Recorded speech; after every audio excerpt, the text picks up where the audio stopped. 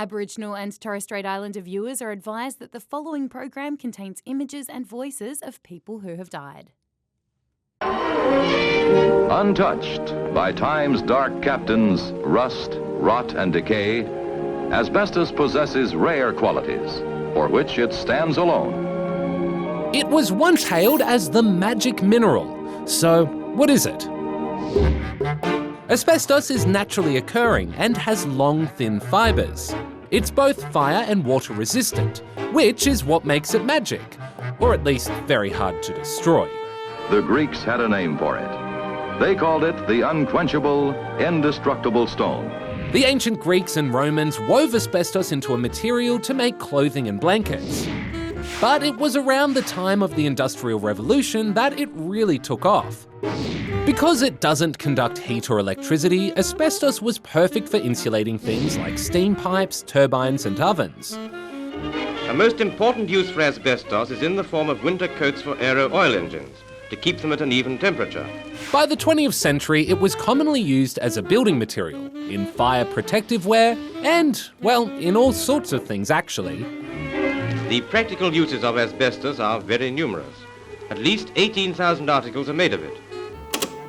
Several films, including The Wizard of Oz and It's a Wonderful Life, used asbestos to recreate snow because, well, I guess it kind of really looks like snow. Unusual weather we're having, ain't it?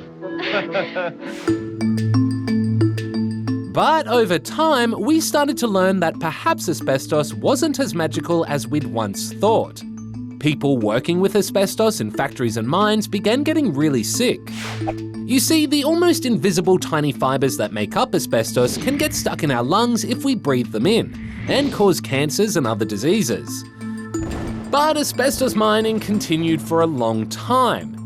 Here in Australia, entire towns were built around asbestos mines, which provided jobs for thousands of people. And for a long time, we were the biggest users of asbestos in the world. But as more and more people got sick and the public learnt more about the dangers of asbestos, attitudes towards it began to change.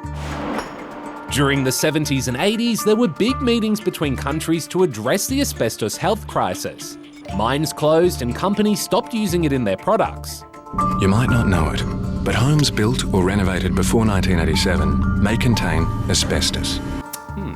In 2003, the Australian government completely banned the use of asbestos. And there have been huge efforts to safely remove it when it's found. But there are many buildings that still contain asbestos materials, which is why the signs are a thing. It's also why it was such big news when particles of asbestos were found in mulch across Sydney.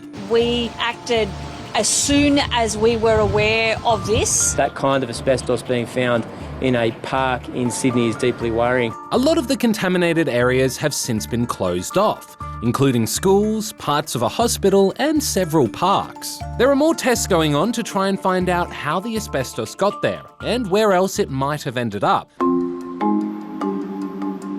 While it might seem a little scary, most of the asbestos that has been found is what's known as bonded asbestos, which means it's mixed with something to make it solid, like cement or resin.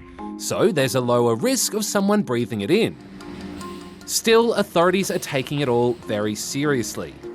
The government set up a special task force to look into what happened, and cleanup is underway to get rid of the mulch and keep everyone safe from this, not so magical mineral.